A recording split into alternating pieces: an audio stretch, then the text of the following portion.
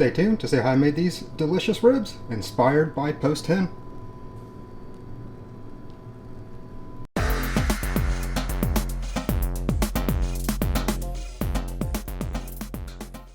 So today I'm going to be doing a review on a channel I probably watch way too much of, called Post 10.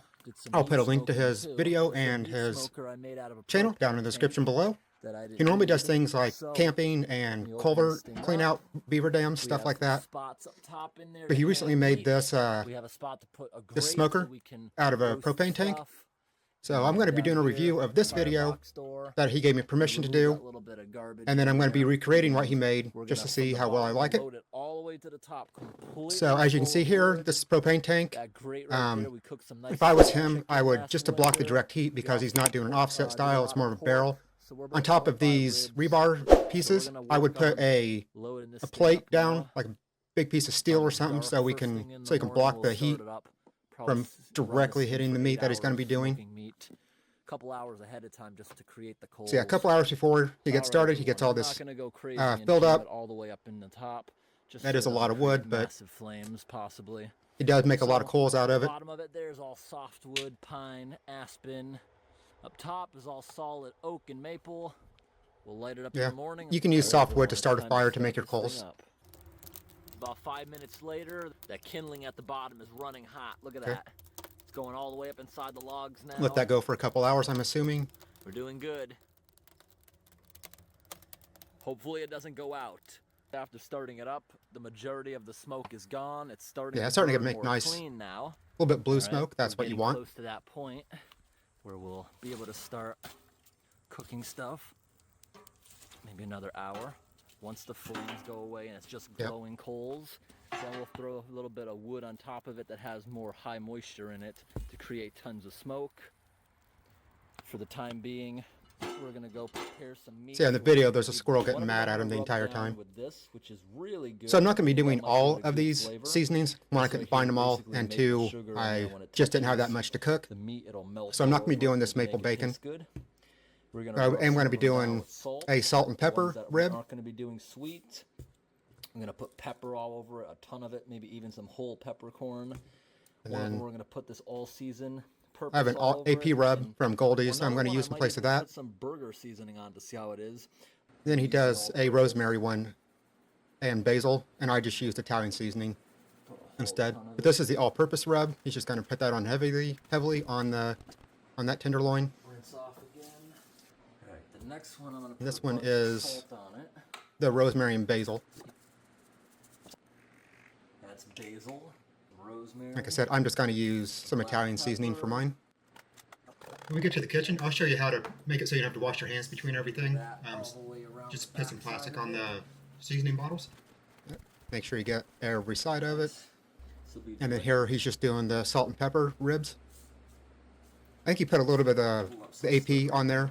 All-purpose rub prior to the salt and pepper. Now it's time to add the meat hooks. Gonna get everything so we can get it hung on that piece of copper pipe. Speed you through this. Put the rebar back, and those were on the ground behind it, and they were really nice and warm to the touch. Yeah, see right there, he could be putting some sheet metal or something in there to block the direct heat. Let me open it up and show I think that's about the only thing I'd really change. Almost gone. Still seems a bit hot. Let it cook down a little bit more before putting the meat on, but... Alright, time to add smoke. And maybe about half the wood at a time, just to keep them flaring up so bad. Time to smother it, shut the door, get rid of the fire, choke it out. So there's a little bit of oxygen coming in to keep the convection going with the holes in the door where he used to cut it out. Down below 200 now, and leave it there for like 5 hours. We smothered it, it just started smoking out the top. There goes the smoke, there we go. And we'll periodically check on it. Yeah, the wood he just put in is causing the white smoke, but it goes down to a nice blue wispy smoke after a little bit. Starting to drop. Everyone, it's been in here 1 hour. We're just going to take a quick look at it. I just opened the door. You can barely see it unless I get up close. Look at that. It's starting to turn a nice caramel color. And it's running at about 200 degrees. 200 is about where I'd want to keep it. As time goes on, the tenderloins are going to be a bit dry just because the type of meat it is, but like where we want it in the upper 100 range. That should do just fine. It's time to get the meat out of the smoker. So I'm going to get my fireproof gloves on so I can reach in there. Yeah, you'll see here it's probably a bit darker than normal. It's got some good caramelization on it. But here in a bit, he talks about probably got overdone. Should have taken out earlier. It's like caramelized. It's not really burnt, so that'll be good. Okay, well, we're about ready to take you to the kitchen here to get my version of it done. I'm just gonna let this cool off. Finish this out real fast, and I'll meet you downstairs in the kitchen. All right, so first thing you need to do is, these are all the spices I'm going to be using. I did everything I could. This is the most yellow shirt I have. This is my On the Ice It's Twice as Nice shirt. So, like I said earlier, if you take all your spices and you pre-open them, cut off a little bit of cling wrap,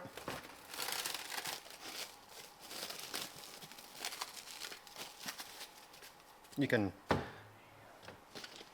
then freely grab your spices and not have to worry about contaminating anything.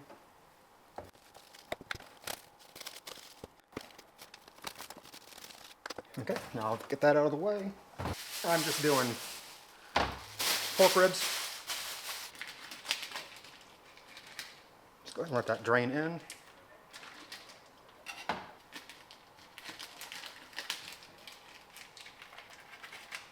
So I'm going to do one whole in the all-purpose, and then I'm going to split this one 50-50 and do the rosemary basil on one half, and then salt and pepper only on the other half. I don't think I've ever had rosemary and basil on ribs, but it sounds like it should be good, right? And because I am going to have to wash my hands before I put my hands in the pepper, I'm just going to do all the peppering last. I'm not going to score the membrane. I'm not going to take it off because that's why Post 10 did.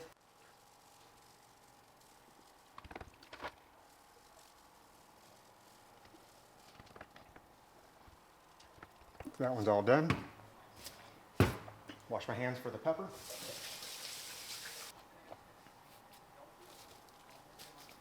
All right, and then put some pepper on the bottom of both of these.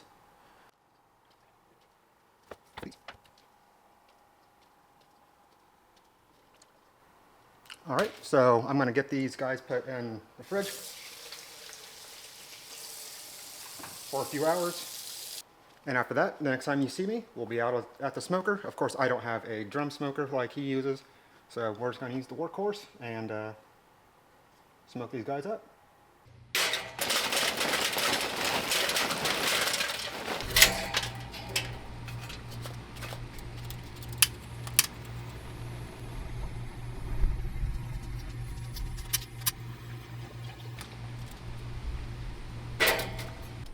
Okay, and real quick, just in case someone comes over from Post 10's community, happens to find this video, hasn't seen a offset smoker before. Of course, this is the Workhorse 1975 pit.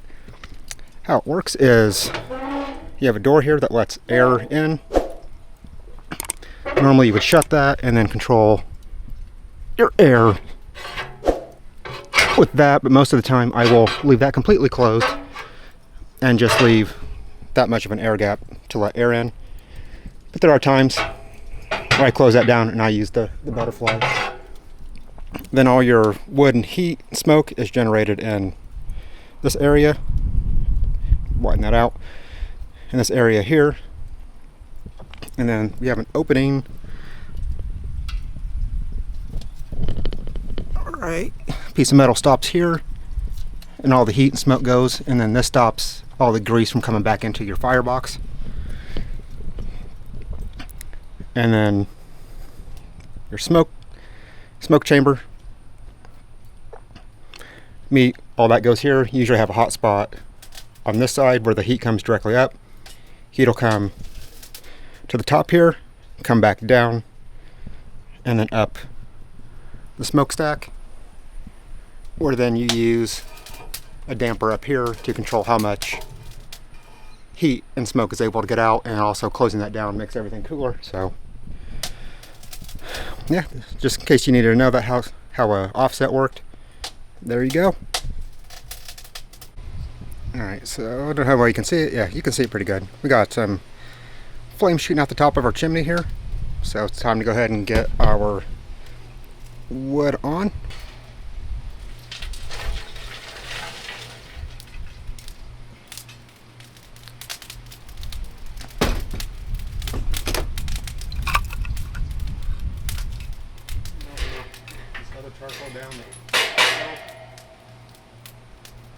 Just throw a couple splits of some oak on here. Gonna close down all of our lids.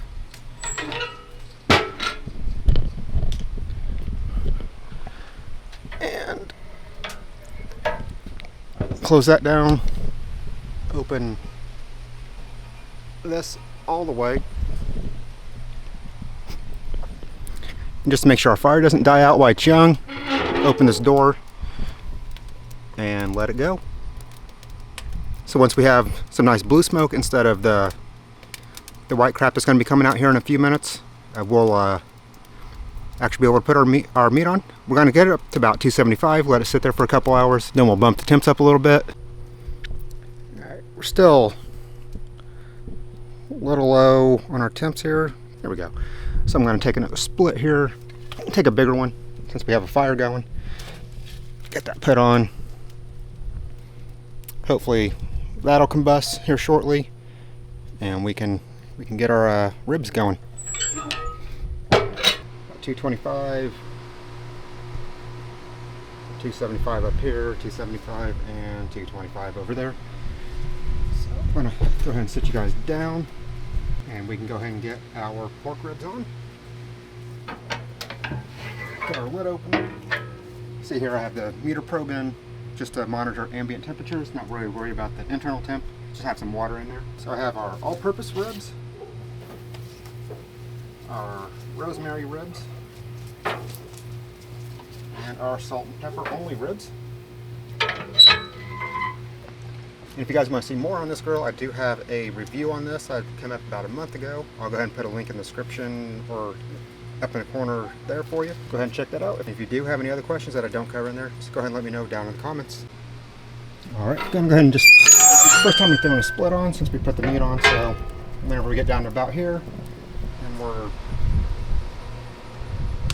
in the 250 range, we'll go ahead and throw another split on. So we'll just grab this from our wood pile. Actually, this one's pretty small, we might just do two. So I'm gonna break up some of this wood into some coals. Throw that one that way. Grab another kind of small one and just put that across.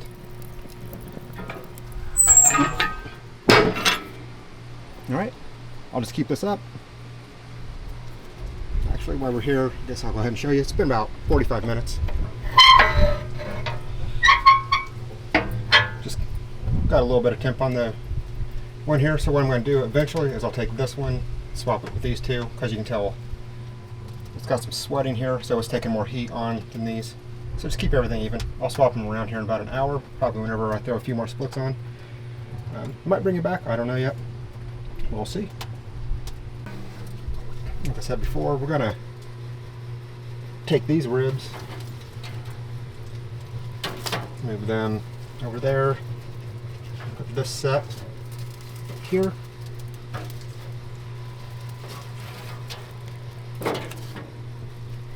See the part here that was facing the fire? We got some nice pullback on the bones here. And these, we don't have any, just because of the heat is not even. Go ahead and get this closed down and throw another split on. Just gonna put another split on. Like I said, same. Keep that one down. Put this up.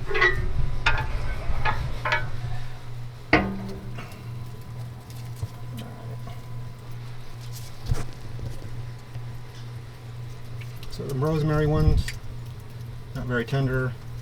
Salt and pepper, not very tender. Same on this one. Anyway you want to test these are done. Whenever you pick them up like this, they should bend a lot more than that. But you don't want them to bend so much that they break. Probably got a couple more hours left on these. Just continue cooking, and I'll bring you back when it's time to taste them. Alright, these should be about ready to pull off. Let's go ahead and test them. See how they bend without really wanting to break. That's what you're looking for, and I can just assume these are done. They've been cooked the same. And they're pretty soft, so let's go ahead and get these taken off.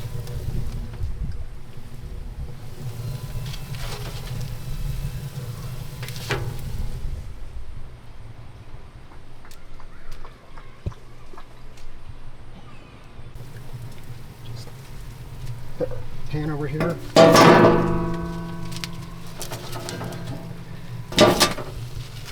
Our rosemary and salt and pepper. Get these taken in and we'll get them tasted.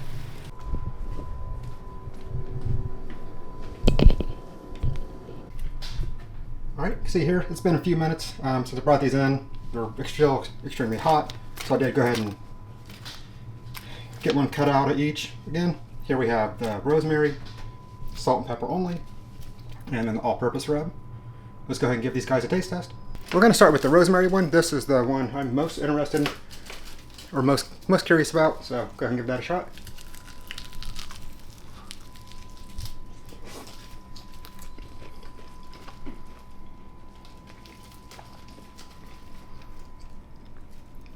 I wasn't really too sure about that, but that is a nice flavor profile. He was right, that's good. Right now, the one I know I'll love, it's the salt and pepper only. Really good flavor on that.